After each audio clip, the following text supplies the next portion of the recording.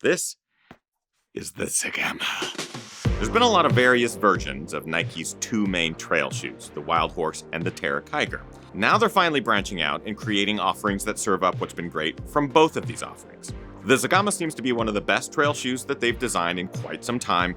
I'd even consider it the best wild Kiger horse that they could come up with. Starting with a familiar mesh upper that feels like the Wildhorse, but with a roomier shape, the Zegama delivers on overall comfort. The thick stack of ZoomX feels right at home on the trails and provides long-run comfort and protection.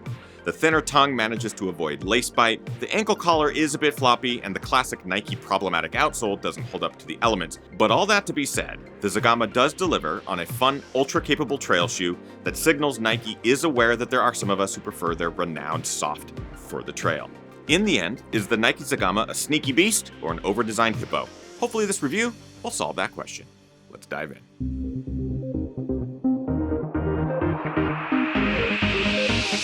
Ginger Runner.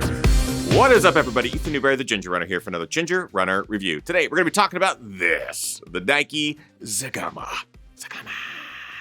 A super fun trail shoe I've spent a lot of miles in since we did the trail tested with this compared to the Mafate Speed 4, which I reviewed yesterday. Two quick things before we dive into the Zegama review. First, check out the new merch. Vert hat, GR long sleeve. We even have our new Elite Power Hiker shirt available. All things delivered before Christmas. Go check it out. It helps support the channel. It's also some really cool gear. Second, the Nike Zegama was provided for review by Running Warehouse. I'm under no obligation to say anything positive or negative about this product. I'm not financially compensated in any way for anything that I say in this review. All opinions are my own. You are the first to see it.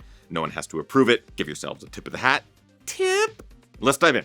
I like to talk about the things I like and dislike about every product I review, starting as always with the things that I like. Midsole. So I think that's this shoe's big standout. Compared to the Wildhorse, compared to the Terra Kiger, the Zegama has more underfoot. It's that soft ZoomX material. It is super plush and cushioned. It does have a bit of bounce to it as well and absorbs a lot of the long miles that you're going to be putting in the shoe. It's also fully capable of providing a decent amount of protection from underfoot. I'm really liking this implementation on a trail shoe. Well done, Nike. Midsole, thumbs up. 4-foot fit. This is a weird thing for me to include in likes, but with so many shoes kind of going more narrow these days, more precision fit, I think the Zegama does a decent job of providing, right out of the box, a decently accommodating, voluminous forefoot. So for those of you who do like a wider shoe, this will be a more accommodating trail shoe from Nike, and I'm glad that it's not suffering from just too much tension, too tight, too narrow. It's definitely plenty accommodating. And durability. I think the Zegama is holding up really, really well. The materials they're using here are holding up to not only the elements and many, many miles. I have well over 110, 115 miles in the shoe at this point. They're just holding up to daily wear and tear where I'm kind of walking around in the shoe or using it for things other than trail running. The midsole isn't flattening out. The outsole isn't really breaking down. I still have some notes about that I'll talk about in just a second. And the upper is holding up well too. Still plenty of life left in the heel counter. It's just, I don't know, a very durable shoe. I like that. That being said, it's not all Space Jam marathons and watching Twitter die a slow, painful death. There are a couple of things that I dislike about the Zegama. Let's get to those now. Boxy. I know I said that I liked that forefoot, and I do. It's right through the midfoot and almost through the ankle where it does tend to get a bit boxy, and you do lack that precision lockdown that I would hope. This is sort of a carryover from the Wildhorse and from the Kiger as well. You have very limited length on your laces, and the welded overlays across the midfoot are a bit difficult to kind of cinch down once you get that shoe on. So what ends up happening is at the beginning of a run, I get the shoe on, I get it tied down, it works out quite well. But then later in the run, as the shoe begins to sort of open up, I have to relace, kind of tighten down, but I can't get a super precise fit. Forefoot feels great. It's just really getting that tight lockdown that I've just been having a bit of difficulty with because of the boxy shape of the midfoot and around the ankle. Speaking of ankle, the ankle. Specifically this collar. It's very stretchy. It's exactly like what they had on the Wildhorse. Similar to what I said yesterday with the Hoka Mafate Speed 4.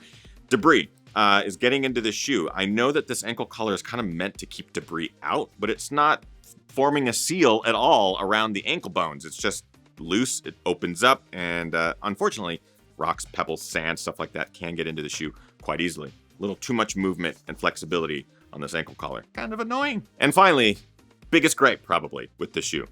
It's the grip.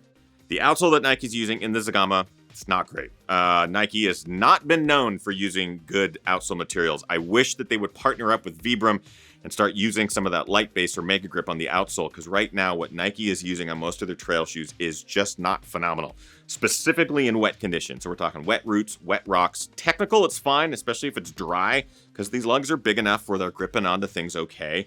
It's really that wet grip. I know Nike is cooking up some new recipes for their outsole material, like the hyper sticky stuff. It's better. It's still not great. I have tested it in a couple of shoes. So I just wish they'd go back to the drawing board on this overall grip, because I don't think it's going to do you wonders when the weather turns south. But that's it for my likes and dislikes about the Nike Zegama. Let's get to the breakdown, talking about build, comfort, fit, price, and look, starting with build quality. As I mentioned, it's a durable shoe. It's holding up quite well. I'm pleased with that. So the build quality is good.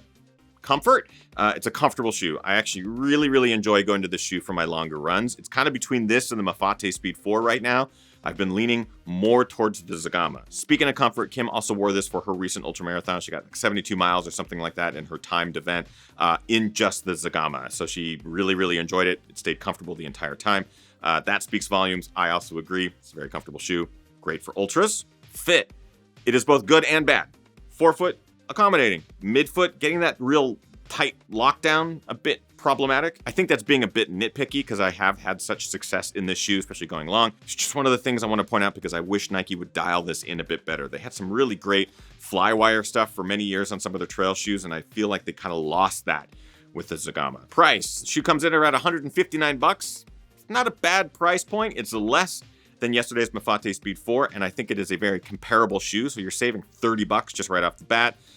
So already that's a thumbs up for me, but it is still a pretty high price point, especially when there's things like the Terra Kiger and the Wildhorse, which will feel not similar, but designed similarly at different and lower price points. So I wish it was maybe $10, $20 cheaper, but at $159, I think this will entice a lot of people. And finally, looks. Nike always gets 5 stars from me when it comes to looks. I think their designers are doing great things. I think the colors are rad. Nike, keep it up. I'm sure you will. Bringing us ultimately to my conclusion. The shoe is awesome. I really like the Nike Zegama, and it has sort of become one of my favorite long distance trail shoes in the last few months for sure. Definitely throughout the summer. Has some competition, but at this price point, it's sort of beating some of those shoes. My big gripe is that it does require a bit more attention, especially when descending or ascending really sloppy or wet trails, because the grip just blows. But for me, that's just kind of what I've come to expect from Nike, so I'm going to continue to gripe on it, but I've learned to adapt to it. Bringing us to our final criteria. Is the Nike Zegama a buy, try, or a why? Yeah, you probably guessed it by now. It is a buy. I think it is a really good, solid trail runner, which is a surprise, I know. I think it holds up well. I think it'll be super comfortable. So for me, this is a buy. And that, my friends, is it for today's review. The question now turns to you. What do you think of the Nike Zegama? Have you worn it? Have you purchased it? Do you have it? Do you want it? If you want any more information, or if you want to get a pair of the Zegamas for yourself, I have links in the description. They'll take you over to Running Warehouse. They're affiliate links that cost you nothing, but they do help the channel out. So consider using those links for all of your running gear, including the Nike Zegama. If you are a GR Crew member, go check out that coupon code. Get an additional 10% off pretty much everything Running Warehouse sells. It's a great way to save some cash and also pay for the GR Crew membership. So that's it. I hope you liked this review. If you did, make sure you like, favorite, subscribe, click the notification bell, subscribe to different social networks, do all that stuff. And finally, just join the GR Crew. We love to have you join our amazing global community of runners just like yourself, going through the same things that you're going through with the same questions that you might have. We have a Discord server. We have daily live streams. We have all sorts of amazing resources for runners. Consider joining patreon.com/thegingerrunner. That's it, everyone. Get out there, train hard, race harder, and party the hardest. I know I am. We'll see you guys next time. Bye-bye.